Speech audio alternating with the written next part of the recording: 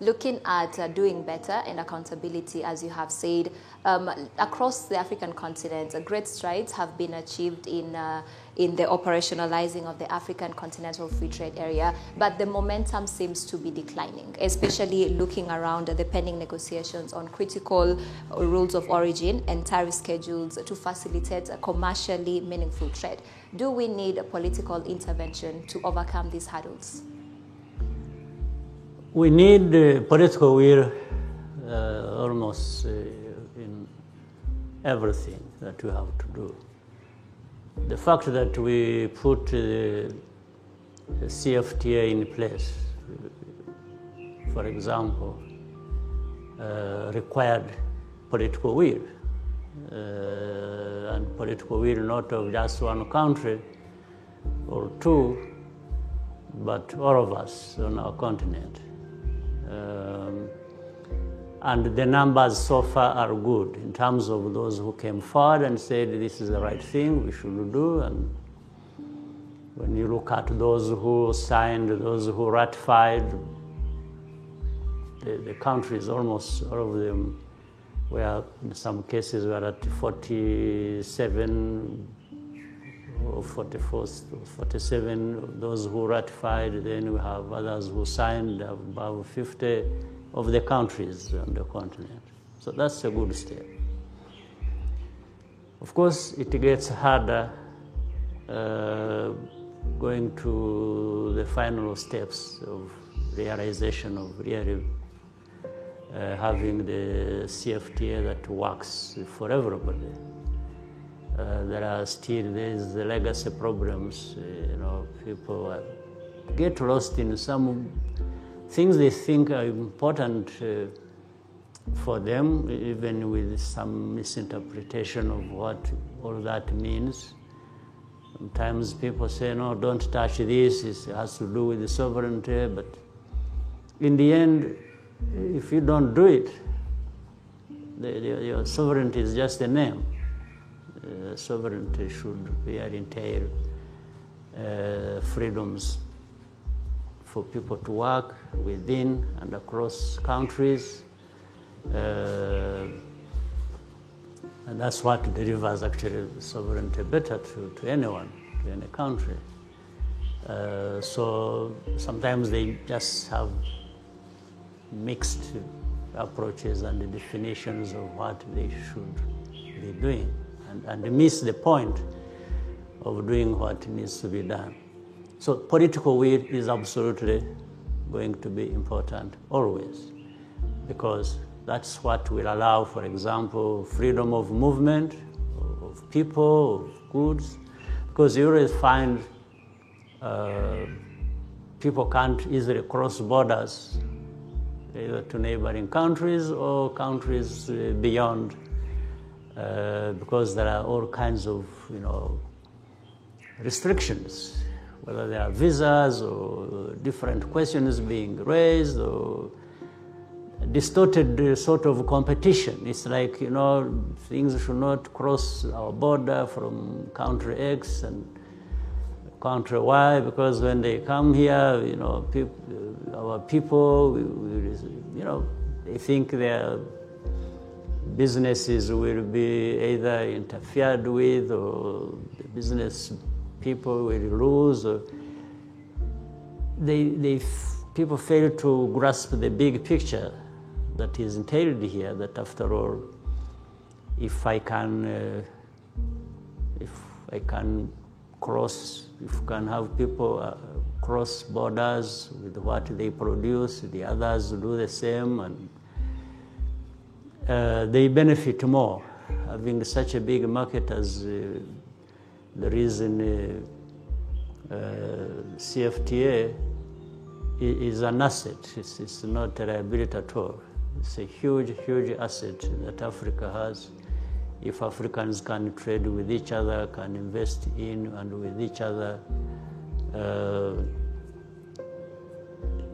But for that to happen and happen fast and move fast, it requires our leaders on our continent to have that political will to see the point and see the urgency of it, and allow certain things to happen through the systems of any country instead of putting brakes on what we are trying to achieve. So we are seeing good developments. One can say slow in some sense. You feel we could move faster, and faster could move, the better for countries to develop, even for that unity itself. You know, seeing my country relate with another country as something healthy rather than being problematic. It's good for the continent. I mean, you can look back and ask yourself questions. Why Africa endowed with so much in terms of resources of every kind, human and others? Why is Africa where we are today? It has no proper explanation. Why are countries that were at the same level as Africa maybe 30, 40 years ago have moved ahead 10 times ahead of us compared to where we were together last time? What is the explanation? There's something wrong, or maybe structural so, that we need to address. And if we could have this political will and driven by the sense of urgency, maybe we could see these developments for real. Yeah, Your Excellency, staying within the region, what are your comments on the findings in the recent United Nations group of experts' final report on the Democratic Republic of Congo? These reports have been there for now, maybe we are coming to close to 30 years. They're just reports coming up, and when you look at it and you've lived in this region and you know what has happened and is happening, and sometimes you wonder what the exercise is all about. Is it really aimed at resolving problems? Do they present facts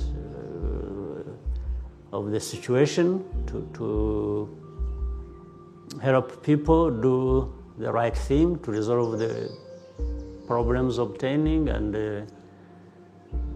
move on to other things? Or are they just aimed at sanitizing, you know, the involvement, the names of many perpetrators, and really keeping the status quo, so that in the end, I think, there is just money flowing into the situation and out, and people living off of it, and countries and using it to manage other countries, and then bringing in the NGOs that play into that and enable the powers that be keep the region and Africa where it should stay, and keep, you know, pacifying and managing us even without peace. Because, for example, if you have read it, I haven't seen, if I may pick a few examples, you know, we have refugees here from Congo who have been living here for a couple of decades now. And there have been more flowing coming across the border into Rwanda because they are running away from persecution. Some have been killed, women raped, others crossed with scars and so on and so forth.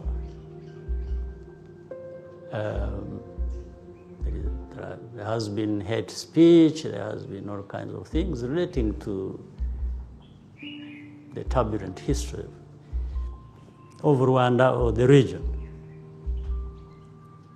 But you find these reports always fall short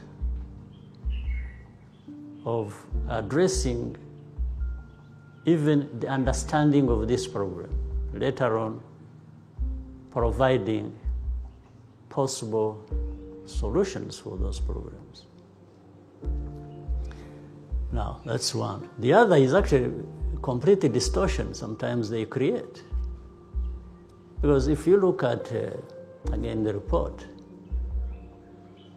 there is highlighting some aspects of problems here. You always say M23, M23. M23 is everybody's problem. It has become an international issue, problem. I think M23 affects Europe, affects America, affects Africa, and they are quiet. They speak in whispers when it talks about FDLR, when they are talking about over 120 armed groups in eastern Congo. They only highlight M23 and ADF, yes, ADF, they talk about ADF. Sometimes even trying to create an equivalence that M23 and ADF are equivalent. But FDLR, these genociders, who have now become part of really the National Army of DRC, have been armed, they are known, we have names, ranks, we know, but they assume these people don't even exist, that it is not even a problem that we should be talking about. And when you ask, you say, okay, but are you saying these people have never existed? They say, yeah, yes, they have, but so where are they? Where did they go to? Just disappeared? They say, most of them, these people went back home, they are no longer there. But on one hand, they say they went back home.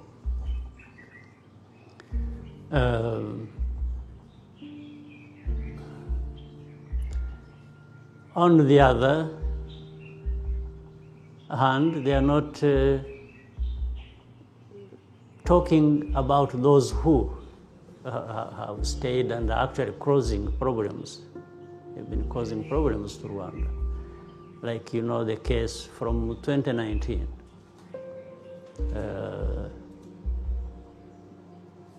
And other cases that followed later on. And then these names we talk about that we know exist in that part. Then you have other cases that is North Kivu, then you have other cases in South Kivu involving, again, not only people from Rwanda, the cases where Burundi is affected in the same way. They have people they have to confront that live in that part, and then there is a mix of the Congolese groups and national forces. Then you have the UN that is always crisscrossing from North Kivu to South Kivu, and sometimes you cannot even understand what is going on. So I would have expected that a report like that really clarifies who is who and what they are doing and where they came from or what their intentions are, without exception, and then guide us to the possible actions that should be taken in order to pacify, because pacifying Eastern Congo is not just pacifying Congo, it's also pacifying the neighboring countries, whether it is Uganda, Rwanda, and Burundi, and maybe others beyond in other geographical parts. So what can I say about, well, and they are called a group of experts, but experts in, do you know they have not been here to, for example,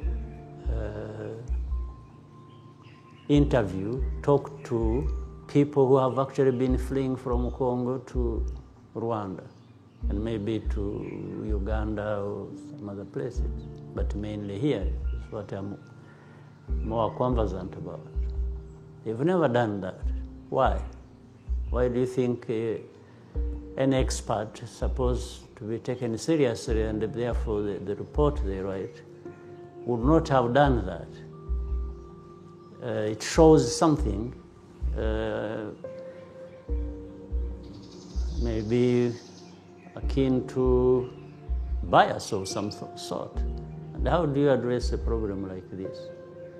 When so that's people are trying to write their own narratives. The group of experts maintains a narrative that was set long ago, close to 30 years ago, around the story of genocide.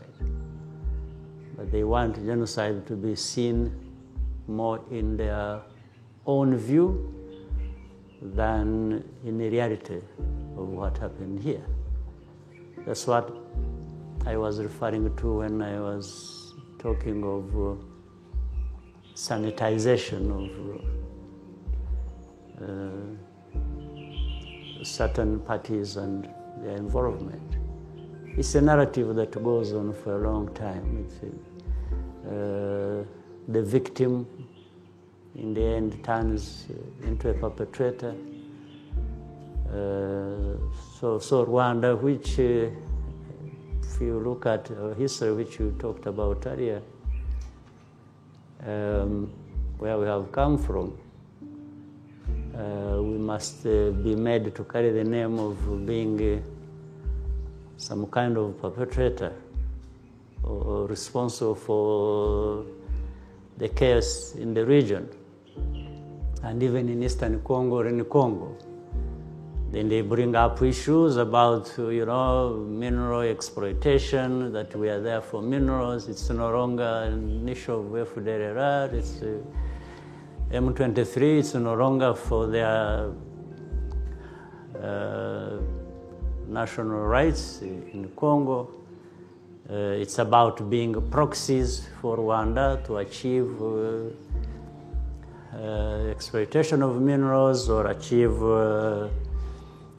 some even go to the extent of saying we want to cut part of Congo and annex it and make it ours. They create all sorts of theories and stories.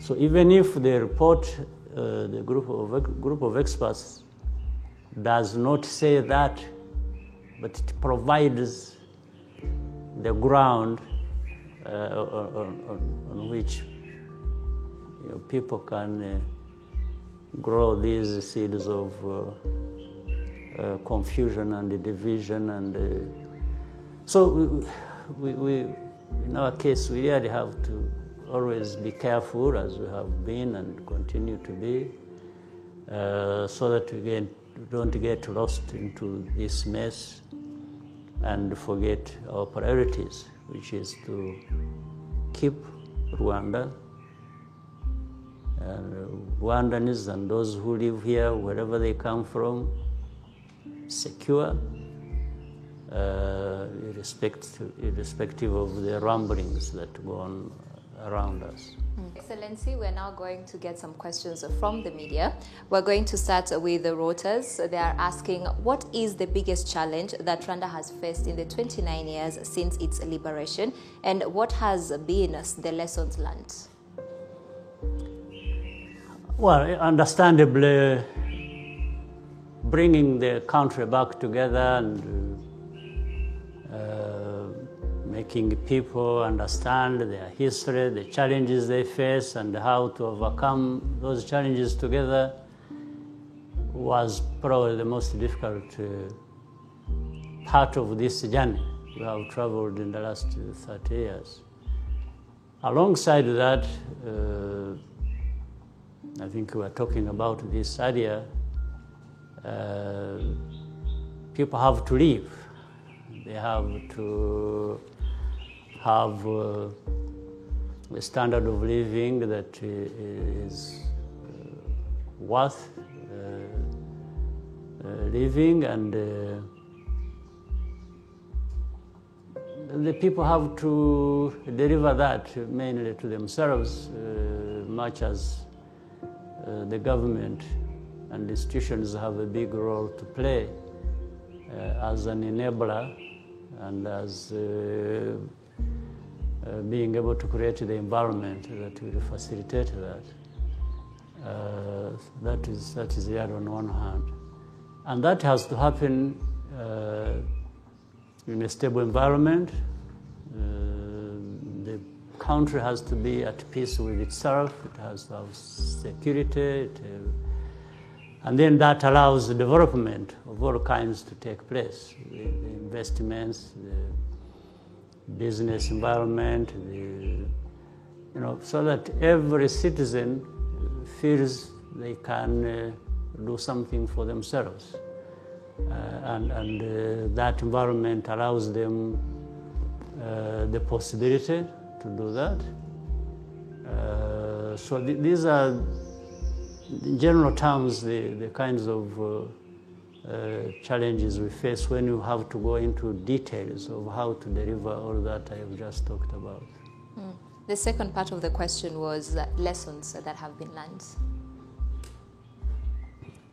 Well, lessons learned is, as you go about all this, there are things you do that maybe don't work as well or as fast as you intended. And you have an opportunity the following year or years to tweak that and see what fits the present time one is in. And we learn lessons even as a country and as a people. We've really learned a lot from others. I mean, look at, for example, when we were writing the Constitution that started operating in 2003. In fact, that came together building on our own Rwandan circumstances, but we borrowed ideas and different things from other countries. We looked at the constitution in South Africa because of the history that had some similarity. We went into the region here in East Africa. We went to some cases in Europe we studied. There are others in America, United States. In fact, that's how we came to have 2 chambers of parliament and things like that. They were coming. So learning lessons is a everyday activity, I guess, for us and maybe for others. I don't know, but for us, we learn from doing things, and we must do things. You can't learn from doing nothing, except a bad lesson, that there will be consequences if you do nothing. Yeah, learning is an everyday activity and learning still continues. Yeah. The other question is from Fraten Dachai Senga with Africa 24. He asks, in recent years, there has been heated debate about the de-dollarization in Africa. Experts say the use of the US dollar in African trade comes with a very high cost, and this has been going on for a long time. Mr. President, you have been vocal about the freedom of Africa. Does de-dollarization in Africa sound like another way of the continent's total liberation, bearing in mind that Rwanda is celebrating 29 years of liberation? Well, there are many things we find ourselves doing or having to deal with that are not ideal, but they are dictated by many factors that we have no immediate control over. Picking de-dollarization as just one aspect of things we have to deal with as a continent should not take our attention away from the real day-to-day issues we have to deal with that are also important, like that one. But earlier we talked about political will and so on and so forth that has to come together for us to achieve much. We even talked about, for example, the CFTA.